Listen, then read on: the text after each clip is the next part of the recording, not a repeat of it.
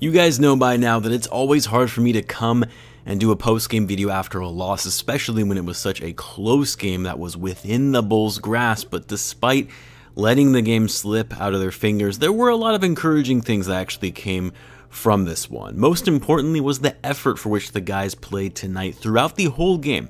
I would have liked to have seen more effort in overtime, but of course by that point the guys are going to be a little gassed. What's unfortunate about a loss like this in overtime is that the Bulls have a back-to-back playing tomorrow night in Indianapolis, and if you're going to have an OT game the night before, you obviously want to get a win out of it, knowing that the second game of a back-to-back after an OT game on the road is going to be brutal. But that aside, let's talk about what happened in this game. Now, I think what's worth calling out is that the Bulls didn't give up in this one, because really the Raptors were kind of controlling most of the game and maintained the lead for a good portion of it, including being up 10 points with a little over 3 minutes to go. And at that point, I truly thought, well, it just wasn't in the Bulls' cards tonight, and they'll come back ready and hungry for the game tomorrow night against the Pacers, who are going to be shorthanded anyway. But no, the Bulls fought back, played some tough defense against guys that are long, athletic players in Toronto's closing lineup. You had some big clutch baskets from Lavine and DeRozan. DeRozan was able to tie the game at 112-112.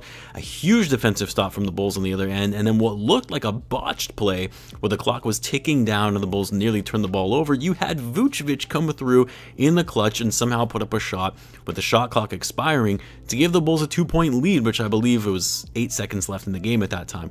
And then the Bulls nearly walked away with the win after a missed shot from Van Fleet, but the Bulls just could not box out, and they allowed the rookie Scotty Barnes to tip the shot back in to tie the game to send it into overtime. And even though the Bulls made a valiant effort in OT, they missed some key shots, had some bad turnovers. When Zach Lavine missed that driving layup near the end of the period, you kind of knew that it just wasn't in the cards tonight for the Bulls, which I'm not mad at Zach for missing that. I ultimately think that the Bulls likely wouldn't have won had he made it anyway, and sometimes that's just how the game goes. You see Zach so effortless with those types of drives throughout his career that we sometimes forget that he's human and he's going to miss those from time to time. And that just happened to be one of them. Now, I did want to go back to the second chance opportunities for the Raptors, because that really was the difference maker in this game. The Bulls gave up way too many second chance points in tonight's game, which, give the Raptors credit, they're actually the best team in the league in terms of second chance points and one of the best offensive rebounding teams in the league. And we talked about this the last time the Bulls faced the Raptors, which was just last week. Was how the Raptors team is just not a good matchup for the Bulls because of their size and length and just their overall level of activity in the paint, which is not something the Bulls are really known for. But even those mismatches aside, and even though the Raptors are great at capitalizing on second chance opportunities, you cannot be letting a team get 22 offensive rebounds over you. You're not going to win a game when that happens. And the Bulls were lucky they almost walked away with a win, even allowing 22 offensive rebounds to the Raptors. The other key issue tonight was Bulls, their turnovers, 17 compared to the Raptors 12. That being said, though, with the way the game was flowing and the high-octane offense on both sides, you kind of expected that there were going to be more turnovers than usual in this one. But look, those two main issues aside, the Bulls played a solid game tonight.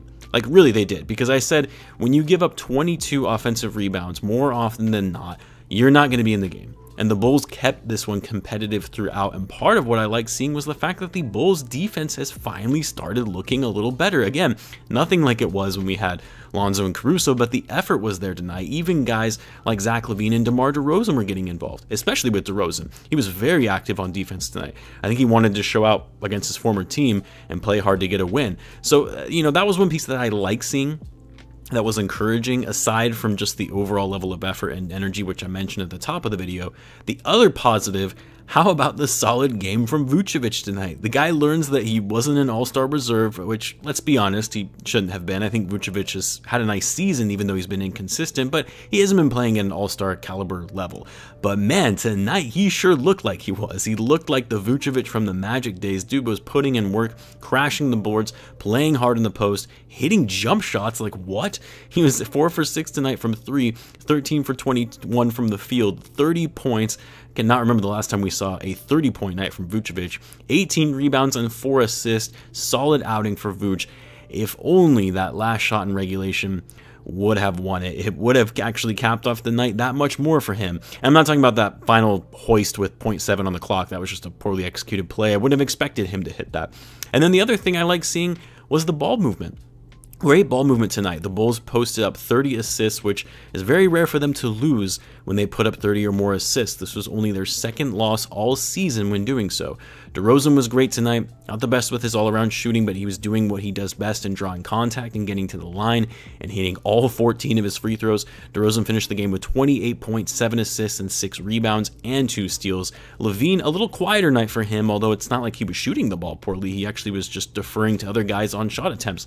Lavine was 6 for 10 from the floor. He did have 7 assists and 5 rebounds. Of course, the best news of all for Lavine today was learning that he's going to be heading back to the All-Star game yet again. Very well deserved. I made a video on that earlier before the game, before it was announced. And then Javonte Green was critical tonight on the defensive end and being scrappy to match the high-level activity from the Raptors. Javonte was also aggressive in getting to the line, finished the game with 13 points, 6 rebounds, and 3 steals.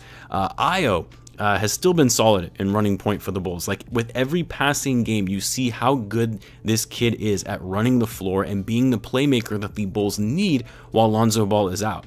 Io had 11 points and 8 assists tonight. I know that he hasn't been shooting the ball as consistently as we would like to see, but he's doing so many other things on the floor that has been a huge benefit to the Bulls while they are shorthanded.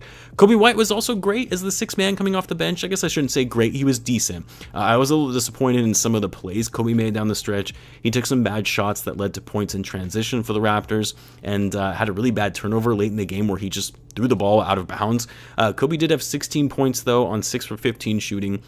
4 for 8 from 3, but a minus 19 though in box plus minus. I think what was also encouraging was that the Bulls have finally started looking a little more consistent with their 3-point shooting, going 41% from 3 tonight after having all those sub 30% games shooting from deep, and they were also 48% from the field and actually held the Raptors to shooting 42% from the field.